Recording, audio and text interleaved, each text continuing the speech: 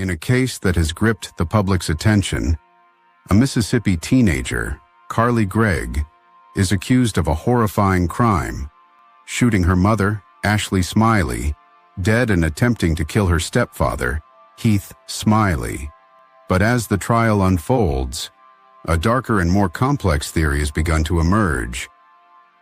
Could Carly have been manipulated by her stepfather into committing these terrible acts? But hey, before we dive into the story, do yourself a favor and pause the video right now. Go hit that like button, and let's see if we can make this video reach 1,000 likes. And if you haven't done so already, please subscribe to your favorite story channel. Also, make sure to ring the notification bell so you never miss out on the latest and weirdest stories. Trust us, you won't want to miss what's coming your way. Now sit back, relax, and prepare to be amazed as we take you on an unforgettable ride. Don't forget to engage with us in the comments below. We love hearing from you. Without further ado, let's dive right in. The story begins with the chilling events of March 19th, when 14-year-old Carly allegedly shot her mother in the face inside their home, then lured Heath back, using her mother's phone to send a text message. When Heath returned, Carly reportedly shot at him, hitting him in the shoulder. He wrestled the gun away before Carly fled the scene, but not before sending a series of cryptic texts to a friend, asking if they had ever seen a dead body. Now 15 years old, Carly is facing charges of murder, attempted murder, and evidence tampering, with a potential life sentence hanging over her.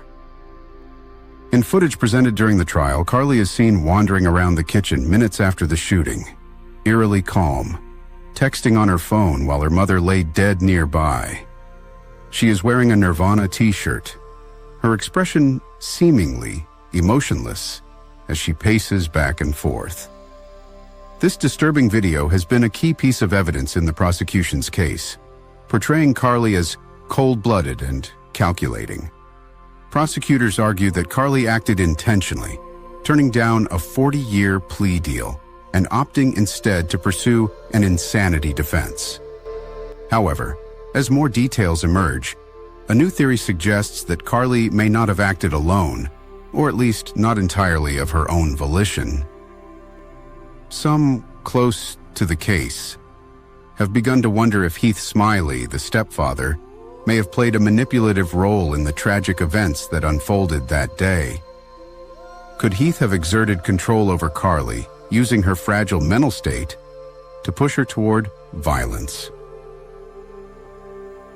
Heath's own testimony has been scrutinized for inconsistencies. He described Carly as once being a sweet little girl, but on the day of the shooting, he claimed she looked as though she had seen a demon.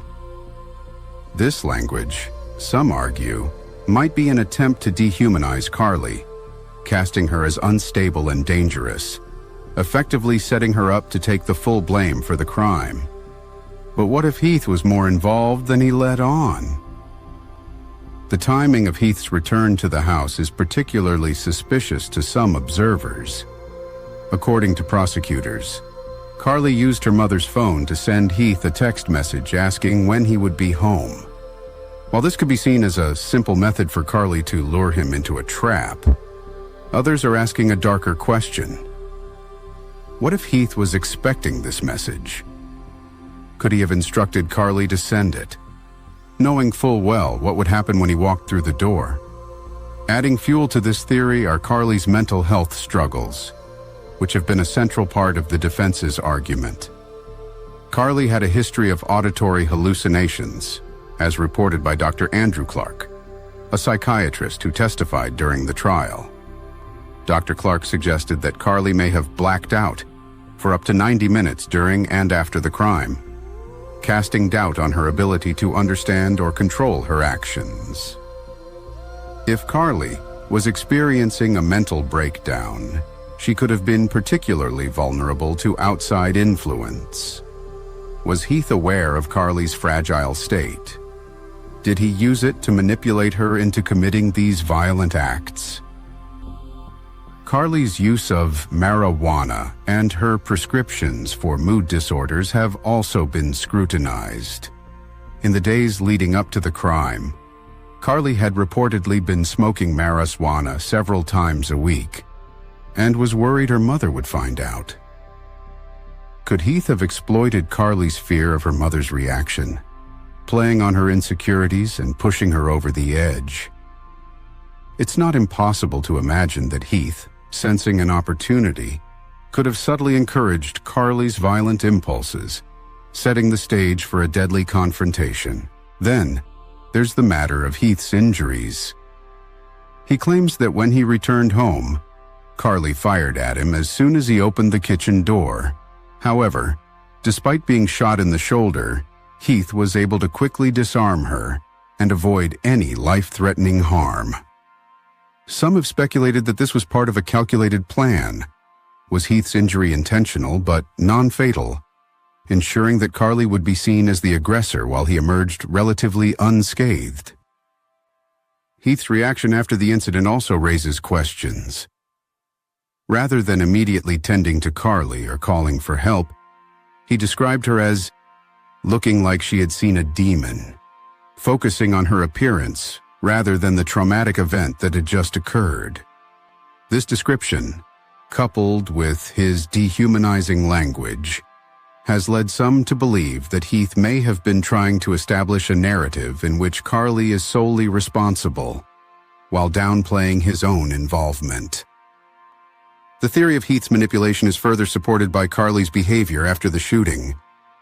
After the fatal shots were fired, Carly remained eerily calm, texting a friend to come over and asking if they had ever seen a dead body. Was this the behavior of someone in shock, dissociated from reality? Or could it be the actions of a teenager who had been manipulated into committing a crime she didn't fully understand? Dr. Clark's testimony lends weight to the idea that Carly may have been struggling with deeper psychological issues. He testified that Carly reported hearing voices in her head, though they had never commanded her to act violently. This raises the possibility that Carly's mental state was more fragile than anyone realized, and that she could have been easily influenced by a trusted figure like her stepfather. If Heath was manipulating Carly, his motives could be financial, emotional, or both. Was he unhappy in his marriage to Ashley? Did he see Carly's mental health issues as an opportunity to rid himself of his wife while avoiding the messiness of a divorce? If Carly was already grappling with her own emotional turmoil, Heath may have seen her as the perfect tool to execute his plan. Of course, this is just one theory, and the truth may never be fully known. What is clear is that the relationships within this family were far more complicated than they first appeared. Carly's mental health struggles, her relationship with her stepfather, and the circumstances surrounding the shooting all point to a deeper and more disturbing story. As the trial continues, the jury will have to decide whether Carly acted alone or if there were other forces at play. Did she truly understand the gravity of her actions, or was she a pawn in a larger, more sinister plan? The possibility that Heath played a role in manipulating Carly adds a chilling new layer to an already tragic and complex case. One thing is certain: the truth, whatever it may be, will have lasting repercussions for all involved.